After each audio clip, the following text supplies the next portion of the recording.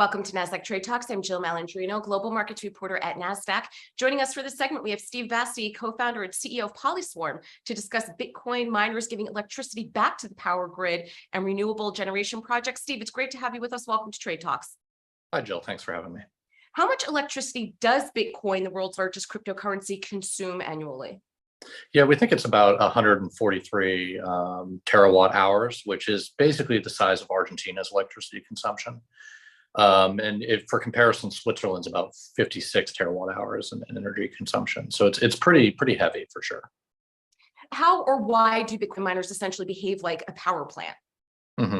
Yeah, so they act as a really nice software-controlled way to either spin up or spin down demand rather quickly. For comparison as well, data centers in the US use about 203 terawatt hours, basically. The Bitcoin miners, and using a similar amount, they can turn it up and down based on the demands of the market. So as demand goes up from retail consumers, hospitals, really critical usages, the power companies can actually pay the Bitcoin miners to turn their demand down. And that's pretty instantaneous. They just have to hit a switch in software to do it. Why do you think Bitcoin mining is an interesting way to absorb excess renewable generation at times when demand will be low? Yeah, so great questions. Two main answers. One, the Bitcoin price obviously fluctuates, right? So Bitcoin miners can make a decision based on the Bitcoin mining price, whether to either keep mining or if it's going to be more lucrative to take money from the power companies to spend demand down, they can make that decision. So it acts as another sort of market lever to sort of slack demand on the grid in the times of high demand. With some different variables than you might have for a hospital, right? Or a meatpacking plant. Meatpacking plants would produce, chickens per hour or something like that. And the market price for chickens dictates if it's profitable for them to operate or not. Sorry, you back? So what are you seeing instead? How's the power being used now?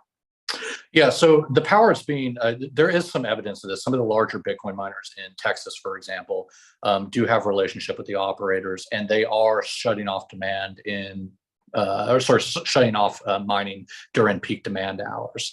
So we're seeing evidence of this, right? Already with the Bitcoin miners. The more interesting thought is if the larger data center managers, the Amazons, the packet networks of the world could also cooperate in a similar fashion. And the nice thing about this is, I'm surprised we're not seeing more renewables projects built closer to data centers or vice versa. We saw this in sort of the, maybe about 5-10 years ago back in Prineville, Oregon.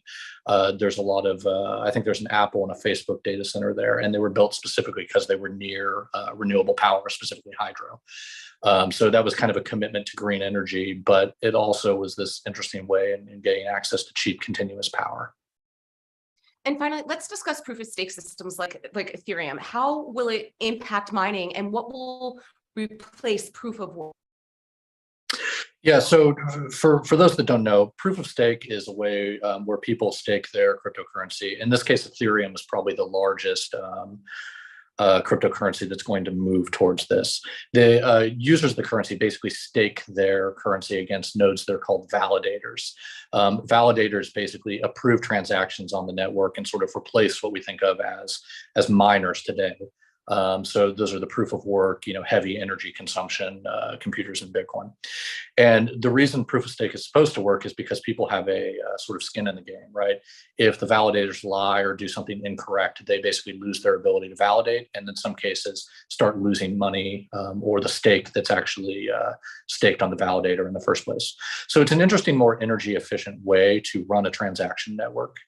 And it's sort of a much more distributed way of running a transaction network than those like Visa or MasterCard would do today, where it's one centralized authority, and the full faith and credit of Visa and MasterCard is riding on clearing those transactions. All right, appreciate the insight, Steve. Thanks for joining us on Trade Talk. I'm Reporter at Nasdaq. Thank you.